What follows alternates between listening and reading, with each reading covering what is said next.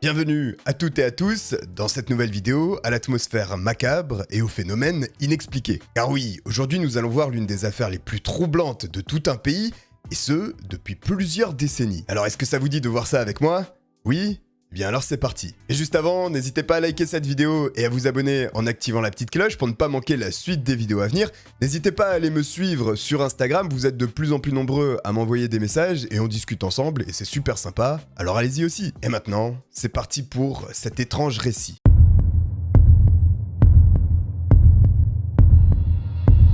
Pour cette affaire, nous devons faire un bond dans le passé, le 24 juillet 1989, et nous devons nous rendre au pays du soleil levant, au Japon. Et plus précisément, au nord du petit état asiatique, sur l'île d'Hokkaido, puisque c'est là que tout va se dérouler. En ce jour, les grands moyens sont déployés par la police. Et pour cause, ils sont à la recherche de 2 randonneurs égarés au niveau du mont Asahi. Un hélicoptère est même envoyé sur cette zone, et il va survoler toute la journée cette partie du Japon pour essayer de repérer les 2 personnes égarées. Malheureusement, les recherches sont toujours infructueuses, alors que la journée se termine. Il est donc temps pour l'hélicoptère de rentrer à la base, lorsqu'apparaît en plein milieu de la montagne un énorme SOS, un signe de détresse. Et s'il s'agissait là d'un message de nos 2 brebis égarées? La police ne va pas perdre de temps pour le savoir et va décider de poser son appareil sur le flanc de la montagne. Le miracle se produit alors, puisque les 2 randonneurs perdus sur le mont Asahi sont retrouvés sains et saufs. Et si toute cette opération est couronnée de succès, c'est clairement grâce à cet énorme signe SOS, composé de troncs d'arbres pouvant aller jusqu'à 5 mètres de long et 3 mètres de large. Et ce symbole a en plus de cela été posé intelligemment dans une zone ouverte au milieu des bois afin qu'un hélicoptère ou un avion ou quelconque appareil depuis le ciel puisse le voir. Les 2 randonneurs n'ont pas lésiné sur les moyens afin d'être repérés et sauvés. C'est d'ailleurs ce que leur font remarquer les secouristes. Ils leur expliquent clairement que sans cet énorme signe SOS, eh bien l'hélicoptère ne serait jamais allé se poser à cet endroit et les 2 randonneurs n'auraient tout simplement jamais été secourus. Et c'est précisément à ce moment-là que l'histoire va prendre un chemin absolument inattendu et créer l'un des plus grands mystères que le Japon ait connu.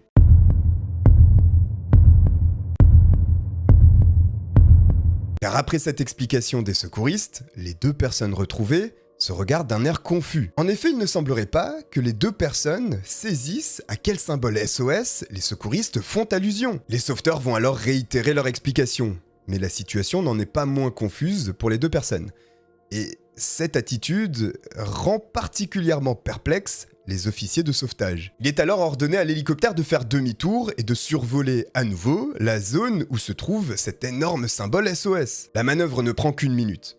Mais lorsque le symbole apparaît, la mine déconfite des 2 personnes retrouvées choque les officiers. Ils vont d'ailleurs leur confirmer qu'ils n'ont jamais construit ce symbole, ce qui fait froid dans le dos pour les sauveteurs, parce que cela signifie donc qu'il y a encore quelqu'un à sauver sur le mont Asahi. Et il paraît évident également que les 2 randonneurs ont bénéficié d'une chance monumentale puisqu'ils ne savaient pas que ce symbole se trouvait là et que c'est justement ce symbole qui a attiré l'hélicoptère. Vous avez là une illustration parfaite de l'expression « être au bon endroit » au bon moment. La journée prenant fin et les 2 randonneurs étant exténués, il est temps pour l'hélicoptère de rentrer à la base. Mais une nouvelle opération de recherche est programmée pour le lendemain. Le 25 juillet 1989, l'appareil repart dans la même zone qu'il a surveillé la veille où se trouvait l'énorme symbole SOS.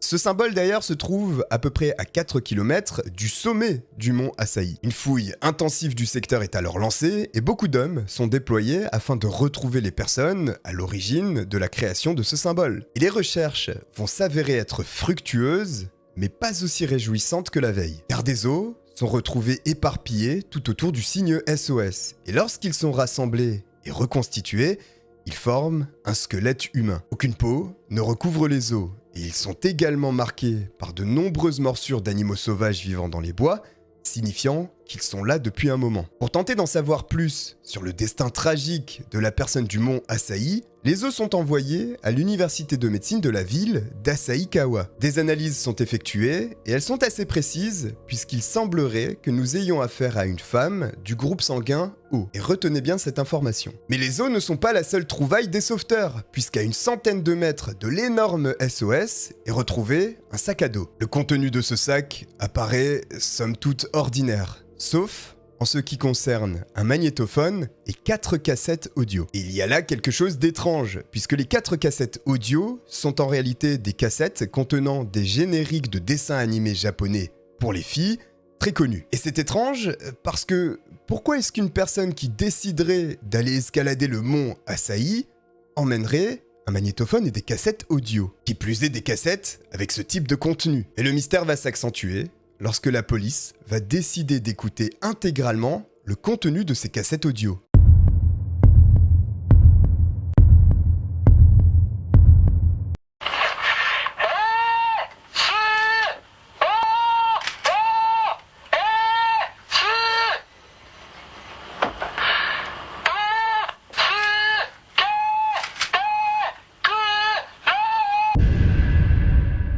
Peu importe que la langue utilisée soit le japonais, ce qui rend terrifiant ces enregistrements, c'est le ton de la voix. D'autant plus lorsqu'on sait a posteriori que la personne sur ces enregistrements n'a pas survécu. Mais ce message, bien qu'il soit une découverte intéressante pour l'enquête, va en réalité amener encore plus de confusion. Car les ossements ainsi que le sac qui contenait le magnétophone et ses cassettes audio ont été retrouvés au niveau du symbole SOS. Tandis que le message qui se trouve sur ces cassettes audio parle d'une falaise sur laquelle la personne est bloquée. Et les os retrouvés fracturés au niveau des jambes et du haut du corps viennent corroborer cette version d'un homme possiblement paralysé à un endroit. Pourtant, l'ensemble des découvertes des secouristes se sont faits à proximité de l'énorme SOS. Et ceci génère une autre question immédiatement. Si l'homme était blessé aussi gravement que les os le laissent penser, comment est-ce qu'il a pu créer un panneau SOS avec des troncs d'arbres aussi imposants? Pour réussir cet exploit, il aurait fallu déverser énormément d'énergie ainsi que de puissance physique, ce qu'un homme grièvement blessé n'aurait pas pu faire. Mais également, pour couper des troncs d'arbres aussi imposants, il aurait fallu un outil pour ça, une hache, une hachette, quoi que ce soit, mais rien de ce genre n'a été retrouvé sur place. Et enfin, en écoutant ces enregistrements, il semblerait que la voix qui émane de ces audios ressemble plus à celle d'un homme que celle d'une femme. Et ceci semble aller en contradiction avec l'analyse qui avait été faite par l'université de médecine qui expliquait qu'il s'agissait d'une femme au groupe sanguin O. La police va alors demander un nouvel examen de ces ossements à la faculté de médecine d'Asahikawa. Et les résultats, aussi surprenants que cela puisse paraître, ne vont pas confirmer la première analyse, puisque cette fois-ci, il s'agirait d'un homme de groupe sanguin A. Mais alors, comment est-ce qu'une université de médecine, spécialisée dans ce domaine, peut se tromper aussi largement? Eh bien, il apparaît que ce genre d'erreur dans ce type d'analyse puisse être fréquent, ne foudroyait alors pas l'université d'Asahikawa. Et à partir de ce moment-là, nous considérons que les ossements retrouvés sont ceux d'un homme, ce qui vient résoudre en partie le mystère, en tout cas en ce qui concerne la voix sur les audios. Mais l'inexplicable persiste avec la construction monumentale du symbole SOS. L'explication pourrait être alors la suivante. L'homme n'était tout simplement pas blessé au moment où il a réalisé les enregistrements, puisque d'ailleurs, dans ceci, rien n'indique qu'il l'est. Il indique simplement qu'il se trouve bloqué par la falaise, mais ne mentionne en aucun cas une quelconque blessure. Il a alors peut-être décidé de défier cette falaise afin d'aller construire ce symbole SOS en étant encore en forme à ce moment-là. Et il s'agit là d'une simple théorie parce que rien ne vient confirmer ou infirmer qu'il était blessé avant ou après la construction du SOS. D'ailleurs, pourquoi est-ce qu'un homme aurait construit un si grand symbole? Eh bien, il y a possiblement une explication à cela, puisque comme pour les 2 randonneurs sauvés de justesse grâce à ce SOS,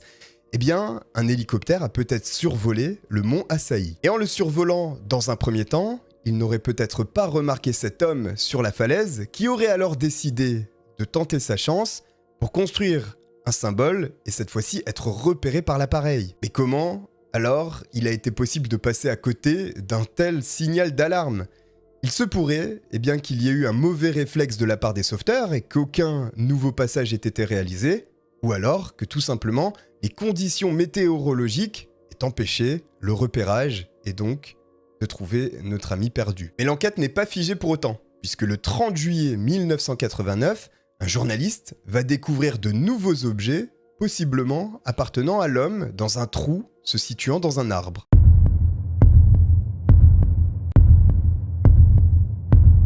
2 appareils photo, un carnet de notes, ainsi qu'un permis de conduire au nom de Kenji Iwamura sont retrouvés. Et cette pièce d'identité permet de remonter jusqu'à la ville de cette personne, celle de Konan, dans la préfecture d'Aichi. Et Kenji Iwamura est effectivement un randonneur porté disparu dans la région, alors qu'il tentait de s'attaquer au mont Asahi. Sauf qu'il est porté disparu depuis 1984, soit 5 ans après la découverte du panneau. Les autorités contactent alors immédiatement la famille de Kenji, et les parents vont confirmer que les objets retrouvés sur place sont ceux de leur fils. En revanche, les audios sont également faits écouter aux parents de Kenji, mais ceux-ci sont incapables de confirmer qu'il s'agit là de la voix de leur fils. Le fait que Kenji soit disparu depuis au moins 5 ans génère plus de questions que de solutions. Pendant combien de temps est-ce que ce symbole aurait pu tenir sans se décomposer? Combien de temps également les troncs d'arbres auraient-ils pu rester intacts sans être recouverts par la nature? Après de la pluie, de la neige et toutes les conditions météorologiques rudes et compliquées que peuvent connaître le mont Asahi, ce symbole peut-il tenir pendant plus de 5 ans? Et si ce n'est pas le cas, a-t-il été créé postérieurement à la disparition de Kenji? Auquel cas, qui alors a créé ce symbole? Les enquêteurs alors retournent sur place et inspectent les rondins de bois, et ils se rendent bien compte qu'ils sont assez enfoncés dans la terre pour avoir été disposés là depuis un long moment. L'état des rondins de bois également semble démontrer qu'effectivement, ils ont fait face aux différentes conditions météorologiques du mont Asahi. La police va alors se pencher sur l'ensemble des photographies aériennes de cette zone pour essayer de voir s'il est possible de reconnaître ce symbole sur ces images. Et en effet, il est possible de distinguer le SOS sur des images datant de 1987. Par contre, impossible de le voir sur des images antérieures datant de 1982. Simplement voilà, nous sommes à une époque où la révolution digitale n'a pas encore totalement eu lieu, ce qui signifie qu'entre 1982 et 1987, il n'y a pas d'image aérienne de cette région. La police va alors partir du postulat qu'en 1985, c'est bien Kenji qui a construit ce SOS avec les rondins de bois. Bien que le mystère persiste avec l'outil qui a permis de créer ce symbole. Puisque, et malgré des trouvailles fort intéressantes avec les objets personnels de Kenji, la hache, elle, ne fait pas partie de cette recherche fructueuse. Et puis, souvenez-vous, il y a la question de la voix de Kenji sur les enregistrements audio.